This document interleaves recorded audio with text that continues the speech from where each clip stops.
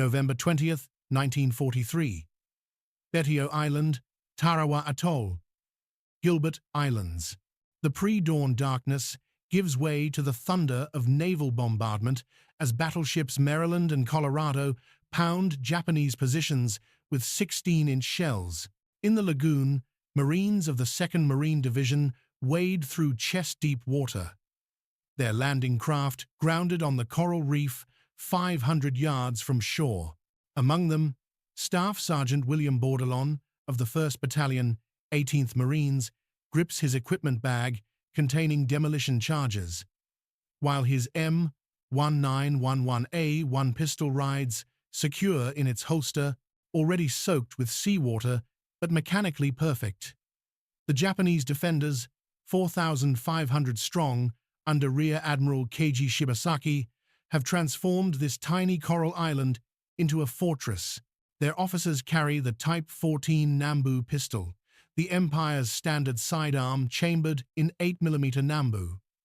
As the Marines struggle through the killing field of the lagoon, Japanese machine guns open up from concealed pillboxes. The unexpected low tide has turned what should have been a quick amphibious assault into a desperate wade through waist-deep water under murderous fire. What unfolds over the next 76 hours will demonstrate with mathematical precision the superiority of American small arms design, particularly the M1911A1. Firing its devastating 45 ACP cartridge over Japanese weapons that fail when needed most.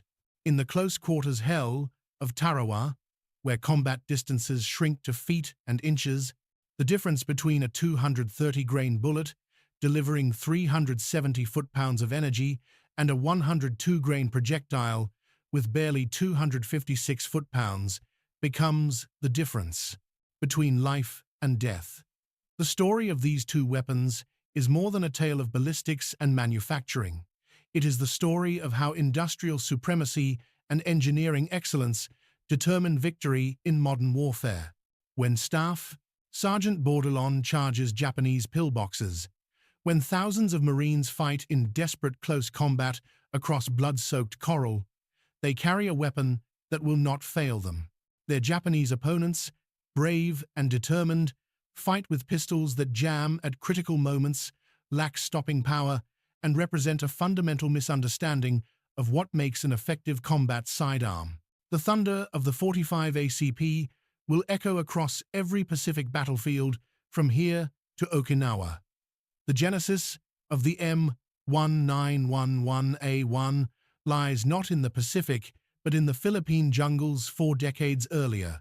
During the Philippine-American War of 1899 to 1902, American troops faced a horrifying tactical problem that would reshape military sidearm development forever. The Moro Juramentados, Muslim warriors who bound their limbs with leather to prevent blood loss and ingested native drugs to dull pain, launched suicidal charges against American positions. The standard Army sidearm, the Colt, Model 1892 revolver, chambered in .38 long Colt, proved catastrophically inadequate. Colonel Louis Lagarde documented the typical encounter in his medical reports. Soldiers would empty their revolvers into charging Moros, placing multiple shots center mass, only to watch in horror as their attackers continued forward to kill Americans with blade weapons. Lagarde's 1904 report described one warrior shot 4 times at close range with .38 caliber rounds, 3 bullets perforating his lungs, who continued fighting until finally stopped by a rifle butt to the forehead.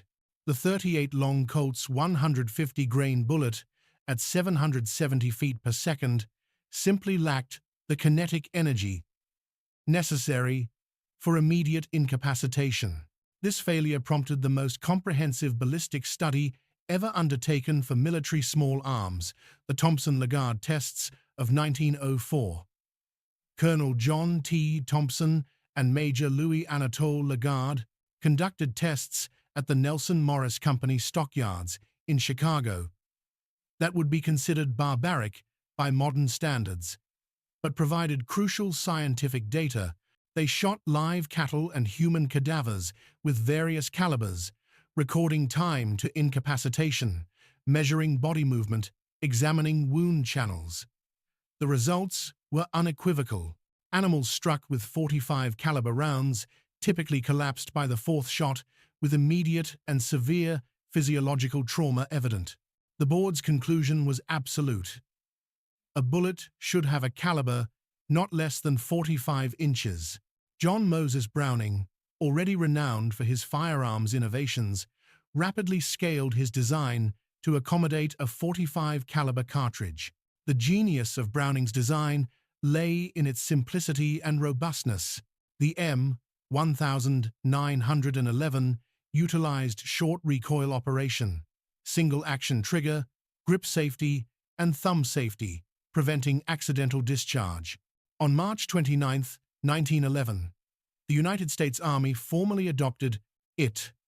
World War I combat experience led to refinements incorporated in the M1911A1, standardized in 1924, creating the weapon that would dominate the Pacific War. The .45 ACP cartridge itself represented optimized ballistic performance within practical constraints. Operating at relatively low 21,000 psi chamber pressure, the round prioritized reliability and barrel longevity.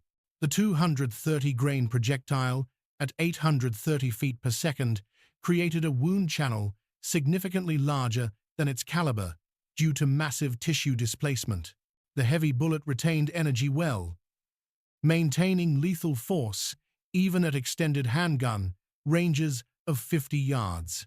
When America entered World War II, production transformed from peacetime trickle to wartime flood, demonstrating American industrial might at its apex. Remington Rand, the typewriter manufacturer, received their first contract in March 1942. Their Syracuse plant, retooled from producing typing machines, ultimately manufactured 877,751 M1911A1 pistols, more than any other contractor, including Colt. Parts standardization was absolute. Any component from any manufacturer would function in any frame. Frankfurt Arsenal produced over 1 billion rounds of .45 ACP during the war. Western Cartridge, Remington Arms, and Winchester added another 2 billion rounds. Quality control remained stringent throughout. Every lot underwent testing to ensure consistent performance. The Type 14 Nambu represented Imperial Japan's attempt to create a modern military sidearm, but its development history reveals fundamental limitations. Colonel Kijiro Nambu designed his first semi-automatic pistol in 1902. The Type 14, adopted in 1925, fired the 8mm Nambu cartridge, a 102-grain bullet at approximately 1,065 feet per second. On paper, certain specifications seemed superior to the M1911A1. The Type 14 held 8 rounds versus 7. Muzzle velocity exceeded the .45 ACP by 200 feet per second. The pistol weighed 32 ounces, nearly half a pound less. However, these surface advantages masked fundamental flaws. The 8mm Nambu cartridge, despite higher velocity, generated only 256 foot-pounds of muzzle energy compared to the .45 ACP's 370 foot-pounds, a 31% deficit. The lightweight bullet shed velocity rapidly, retaining only 180 foot-pounds at 50 yards versus 300 foot-pounds for the .45 ACP. Manufacturing quality deteriorated catastrophically as the war progressed. Pre-war Type 14 seconds featured careful hand-fitting and deep bluing. By 1943, surface finishing was eliminated and parts interchangeability degraded severely. From 1926 to 1945, approximately 4 100,000 Type 14 pistols were manufactured, revealing Japan's industrial limitations. At Henderson Field, Guadalcanal, the night of October 24th to 25th, 1942, Sergeant John Basiloni's actions demonstrated the M1911A1's effectiveness in desperate close combat. While Basilone is famous for his machine gun defense, witnesses reported his extensive use of his pistol when Japanese soldiers breached the perimeter. Private First Class Nash Phillips later testified, Basilone was causing the Japs lots of trouble, not only firing his machine gun, but also using his pistol. When Japanese soldiers penetrated the line during hand-to-hand fighting, Basilone's M1911A1 proved decisive. Each 230-grain bullet delivered immediate stopping power. Phillips described seeing Japanese soldiers knocked backward off their feet by Basilone's pistol fire.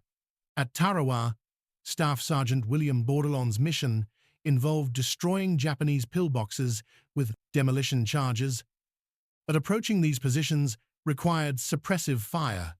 The close-quarters nature of the fighting meant pistols were constantly employed.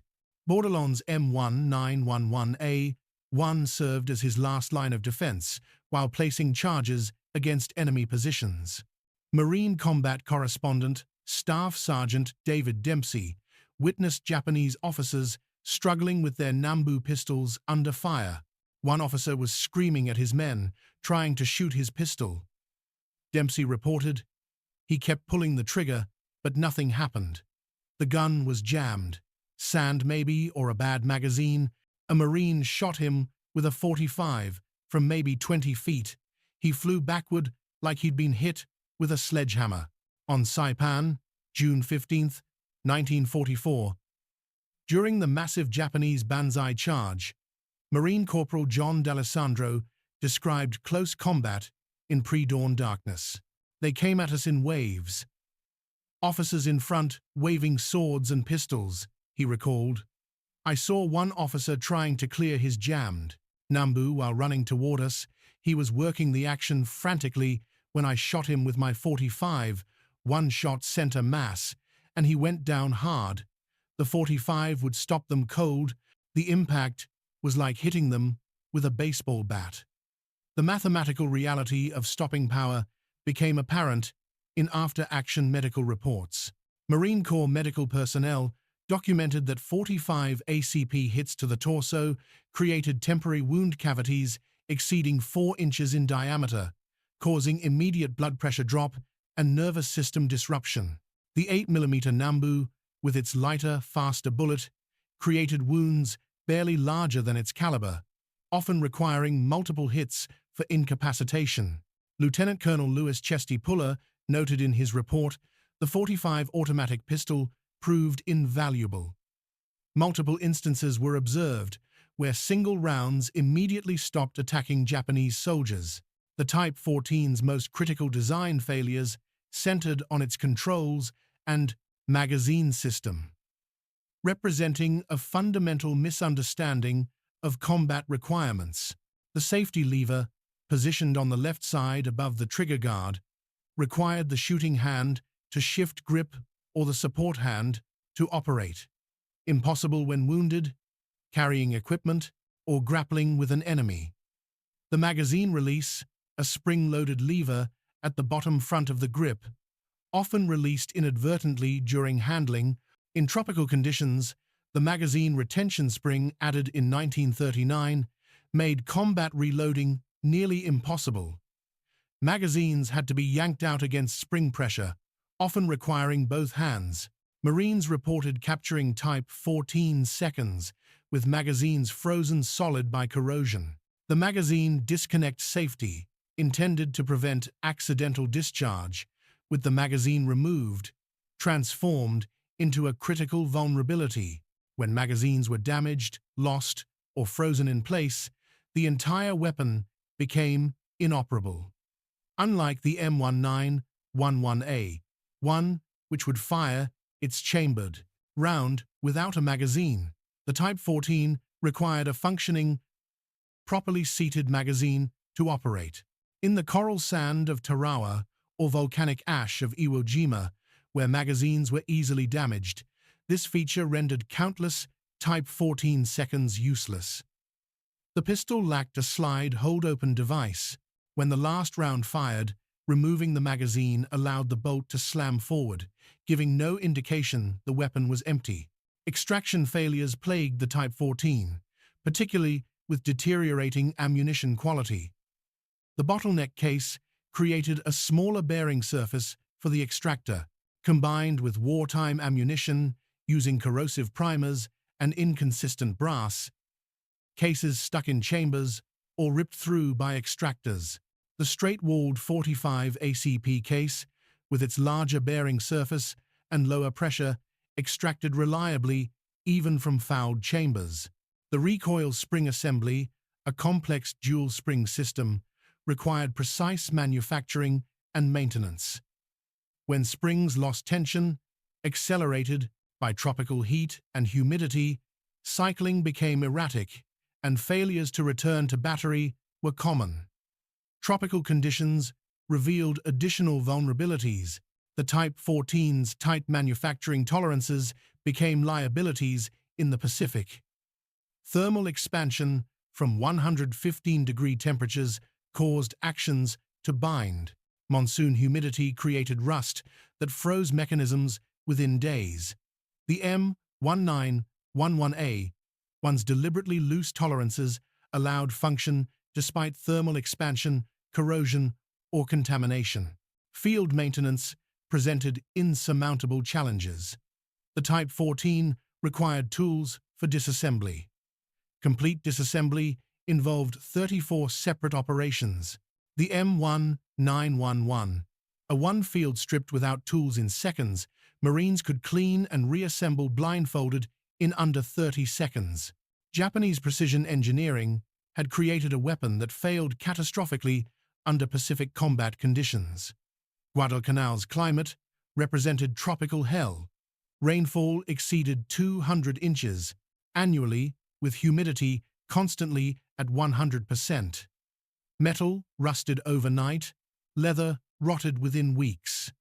In this environment, the M1911A1's parkerized finish proved superior. Even when surface rust appeared, the pistol continued functioning. The Type 14's blued finish provided minimal corrosion protection. Surface rust appeared within days, progressing to deep pitting within weeks. Marine Armourer Sergeant Thomas Morrison documented maintenance challenges in his journal. The 45s need daily cleaning, but keep working, even when they look like hell. He wrote, "We're using motor oil, gun oil, even coconut oil, anything to keep them running." The captured Nambu pistols rust solid in 3 days. Their springs break when you try to force them open. Coral sand, finer than talcum powder, infiltrated every mechanism. Water was critically scarce, making weapon cleaning impossible. The M1911A1's loose tolerances allowed functioning despite sand. Infiltration. Marines learned to work the slide vigorously before use, allowing sand to fall through gaps. The Type 14's tight tolerances meant sand particles locked mechanisms solid. On Peleliu in September 1944, temperatures reached 115 degrees. Metal expanded significantly at these temperatures. The M1911A1, designed with thermal expansion tolerances, continued functioning. The Type 14, with precise peacetime tolerances, experienced binding as parts expanded. Marine Private Eugene Sledge wrote, "Everything metal was too hot to touch. My 45 was so hot, the rounds in the magazine were warm to the touch when I unloaded it. But it worked. Always worked." Saltwater immersion during amphibious operations challenged both designs. At Tarawa, Marines waded 500 yards through chest-deep water under fire. Weapons were completely submerged for 10 to 15 minutes. The M1911A1, designed with drainage channels and minimal enclosed spaces, could be shaken out and would function immediately. The Type 14, with its enclosed trigger mechanism and complex internals, retained water that had to be disassembled to drain, impossible under fire. American forces received abundant cleaning materials, or brushes, cleaning rods, patches, specialized lubricants. Every Marine carried a pistol cleaning kit. Japanese forces, by 1944, often lacked basic cleaning supplies. Marines learned to polish feed ramps to improve feeding, relieve slide to frame fit to improve reliability, replace recoil springs from damaged weapons to maintain proper tension. Such modifications, performed at battalion level, kept weapons functional despite extreme wear.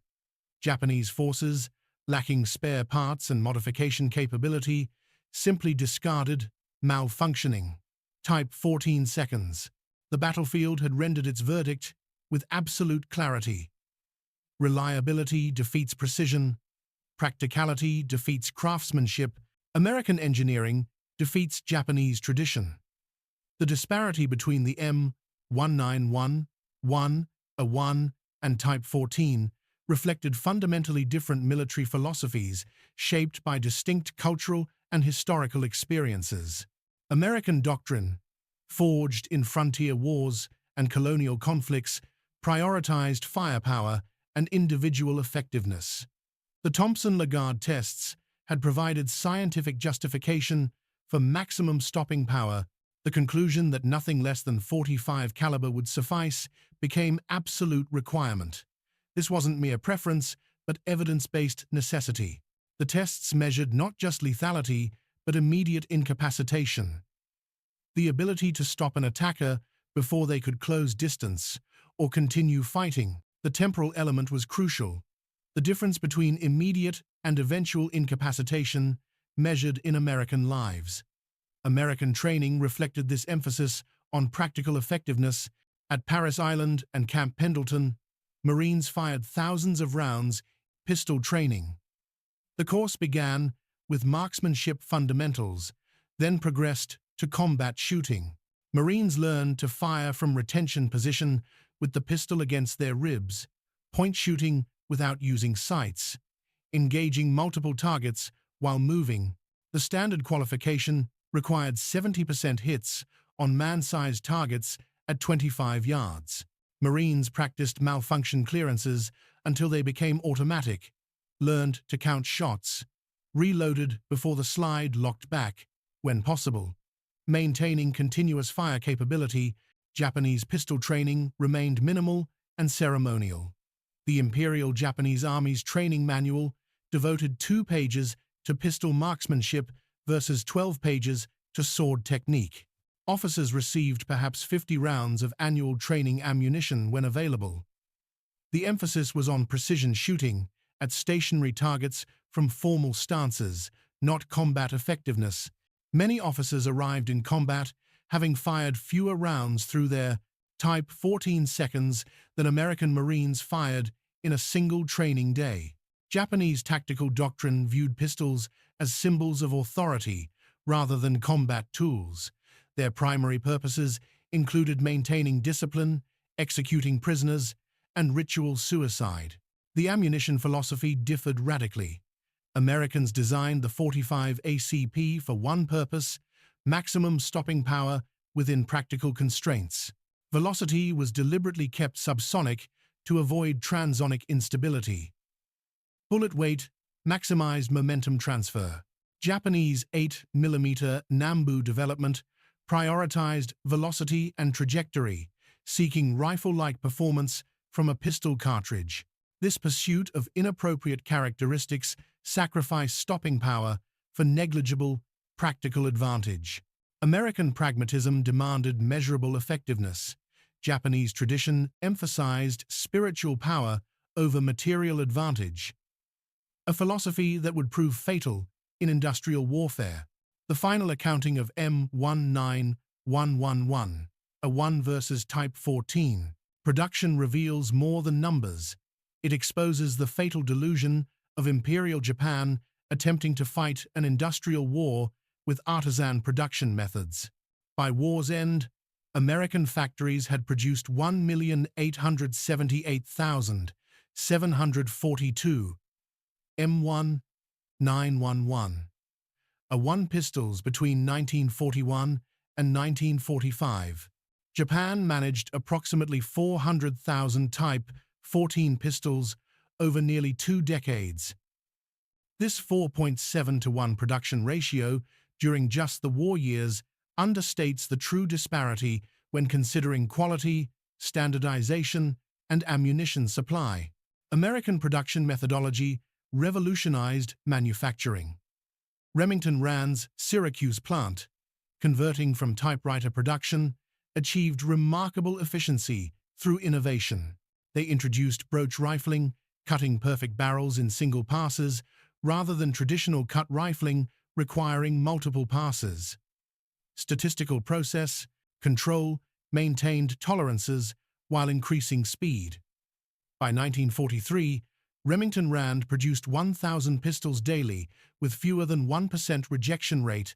The learning curve demonstrated American industrial adaptability. Colt, with decades of experience, required 1.2 man-hours to produce one frame in 1942. Remington Rand, starting from zero firearms experience, achieved 0.8 man-hours per frame by 1943 through superior industrial engineering. Parts interchangeability was absolute. In November 1943, Army Ordnance conducted a demonstration at Aberdeen Proving Ground. Armorers disassembled 100 M1911A1 pistols from different manufacturers, mixed all parts randomly, and reassembled them blindfolded. All 100 pistols functioned perfectly. This interchangeability proved crucial when depot maintenance involved assembling functional weapons from damaged ones. Japanese Type 14 parts, even from the same manufacturer, often required hand-fitting. The economic efficiency was staggering. In 1942, the unit cost of an M1911A1 was $31.42. By 1945, improved production methods reduced this to $15, less than half despite wartime inflation. Ammunition production dwarfed weapon manufacturing.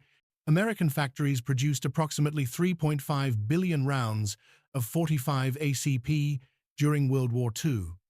This equated to 1,862 rounds for every M1911A1 manufactured. Japanese 8mm Nambu production totaled approximately 100 million rounds from 1926 to 1945, or 250 rounds per pistol over 2 decades.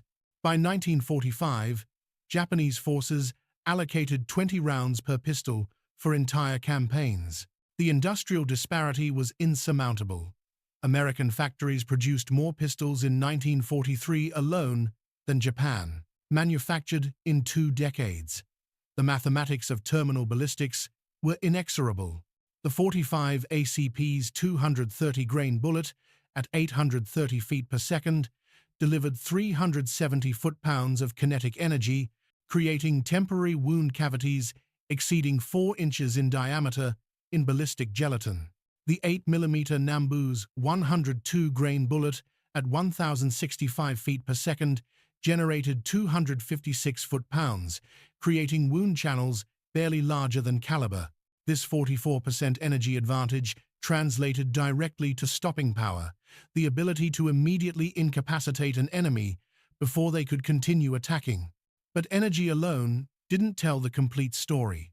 The 45 ACP's heavy bullet retained velocity better, maintaining 89% of muzzle energy at 50 yards versus 76% for the 8mm Nambu.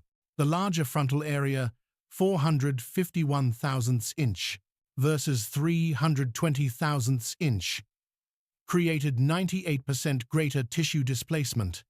The subsonic velocity eliminated ballistic crack, reducing shooter disorientation in confined spaces. The straight-walled case extracted reliably from fouled chambers. Every technical parameter favored the American cartridge. The weapons themselves reflected their cartridge's characteristics. The M1911A1's robust construction absorbed recoil while providing steady shooting platform. The single-action trigger enabled precise shot placement under stress. Combat validation was overwhelming.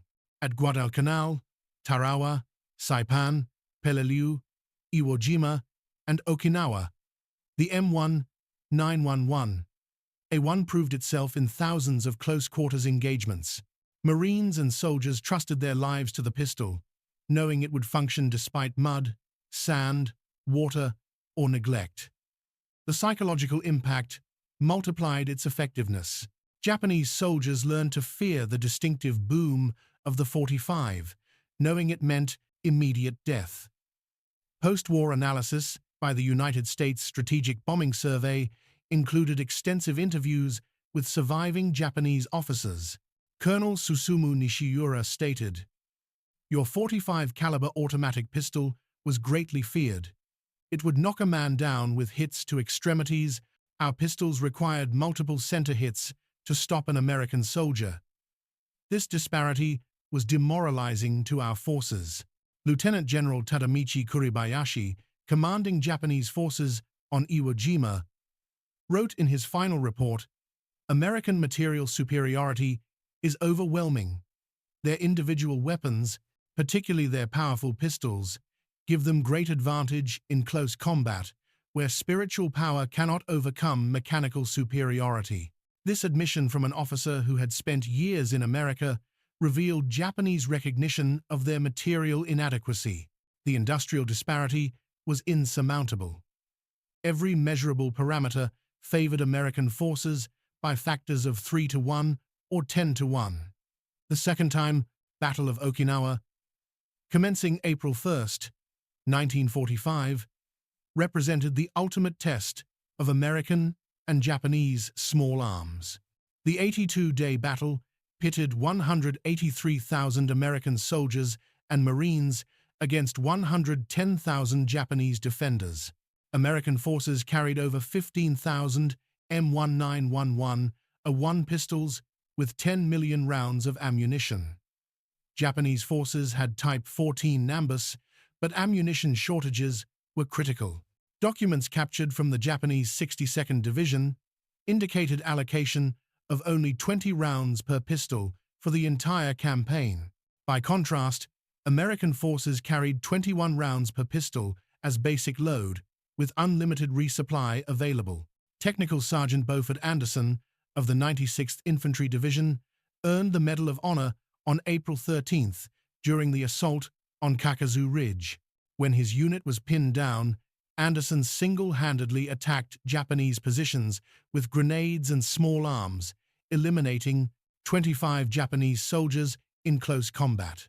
Witnesses reported Anderson extensively used his M1911A1 when Japanese soldiers emerged from spider holes at point-blank range. "The .45 saved my life a dozen times that day," Anderson later stated. "When they popped up from holes right under you, there was no time to swing a rifle around. The .45 knocked them down instantly." Cave warfare on Okinawa created unique combat conditions that maximized the importance of pistols. The Japanese had transformed natural caves into elaborate defensive complexes. Attacking these positions required Marines and soldiers to enter confined spaces where rifles were unwieldy. The M1911A1 became the primary weapon for cave clearing. Marine Corporal Donald Hiss of the 1st Marine Division described cave operations. "You'd throw in white phosphorus grenades to burn out the oxygen, then go in with pistols and flashlights," he recalled. "The .45 was perfect for this work. In those confined spaces, the concussion from the .45 was stunning. We'd put flashlights taped to the barrel on our pistols. You'd see movement, point and shoot. The .45 would blow Japanese soldiers backward into cave walls." Lieutenant Hiroaki Samishima, captured on Luzon, provided testimony revealing the despair of Japanese gunners. "We knew our pistol was inferior, he stated. The oil pump constantly failed. In jungle humidity, the oil became like glue. We spent more time cleaning than firing. The strips bent easily, and each held only 30 rounds. His testimony about machine guns applied equally to pistols. By the time we reloaded, the Americans had killed half our squad. The human cost of the firepower disparity was staggering. Courage meant nothing against industrial mathematics and superior engineering. Sugarloaf Hill, a small mound anchoring the Japanese Shuri line, became the site of the most intense close combat from May 12th to 18th. The 6th Marine Division suffered over 2,000 casualties taking this single position. Marines attacked 17 times before finally securing the hill. During these assaults, combat often occurred at handshaking distance. Marine Sergeant James Stevens recalled, "We were fighting in the rain, in mud up to our knees. Japanese soldiers would emerge from hidden positions right among us. Your rifle would be clogged with mud, but the .45 always worked. I saw Marines and Japanese soldiers shooting at each other from 5 feet apart. The Marine with the .45 always won those encounters. By late May, the failure of Japanese small arms became critical. The 32nd Army's operations officer, Colonel Hiromichi Yahara, wrote in his post-war memoir, "Our Type 14 pistols had become almost useless. Ammunition was nearly exhausted, and those weapons still functioning often failed due to rain and mud. American soldiers seemed to have unlimited ammunition for their powerful pistols, which could kill a man instantly, even with peripheral hits. The monsoon season turned Okinawa into a mudscape. The M1911A1's drainage channels and loose tolerances allowed it to function despite mud immersion. The Type 14, with its enclosed design and tight tolerances, became hopelessly clogged. Ammunition quality disparities became extreme by Okinawa. American .45 ACP ammunition maintained consistent performance throughout the campaign. Japanese 8mm Nambu ammunition, produced in 1945, showed catastrophic quality control failures.